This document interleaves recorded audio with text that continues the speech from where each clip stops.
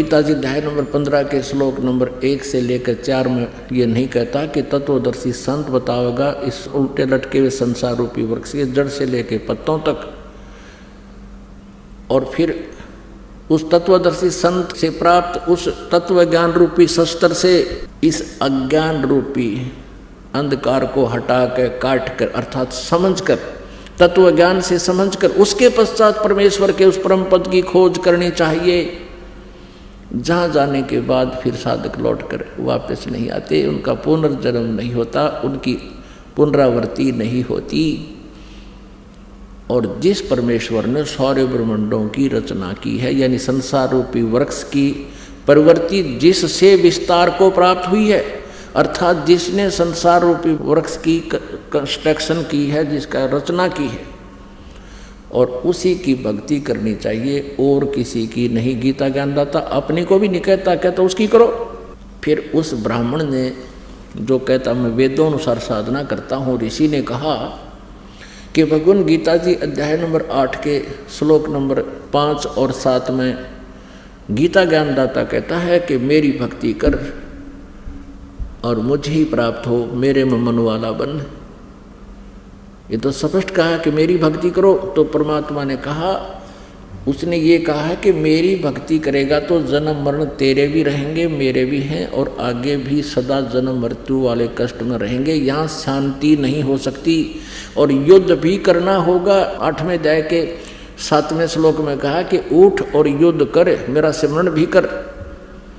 तो युद्ध करने वाले को शांति नहीं हो सकती।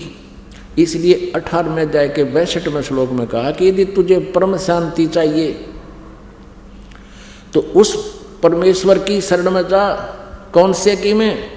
8वें अध्याय के एक मंत्र में अर्जुन ने पूछा गीता ज्ञानदाता से कि भगवान आपने 7वें अध्याय के 29वें श्लोक में कहा है कि मेरे इस ज्ञान का आश्रित होकर के जो जरा मरण से छूटने का प्रयत्न करते हैं वो उस तत्ब्रह्म को जान चुके हैं, सारे अध्यात्म ज्ञान से परिचित हैं और सब कर्मों से परिचित हैं। तो किम तत्ब्रह्म 8वें अध्याय के प्रथम मंत्र में पूछा अर्जुन ने भगवान से, गीता ज्ञानदाता से। तो उसने गीता ज्ञानदाता ने 8वें अध्याय के 3रे मंत्र में कहा है वो परम अक्षर ब्रह्म है। 8वें अध्याय के 3रे मंत्र में श्लोक में गीता जी में कहा कि वो परम अक्षर ब्रह्म है, वो गीता ज्ञानदाता से अन्य है, जिसके विषय में 15वें अध्याय के 16 और 17 में 3 प्रभु बताए हैं, 3 पुरुष बताए हैं, सरपुरुष और अक्षर पुरुष।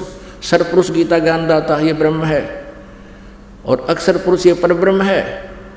उत्तम पुरुष है तो अन्य 17वें श्लोक में कहा है वो परम अक्षर ब्रह्म है। और परम अक्षर ब्रह्म की साधना गीता जी अध्याय नंबर 17 के श्लोक नंबर 23 में कहा कि ओम तत्सत इति निर्देश है ब्रह्मण त्रिविध समर्था है।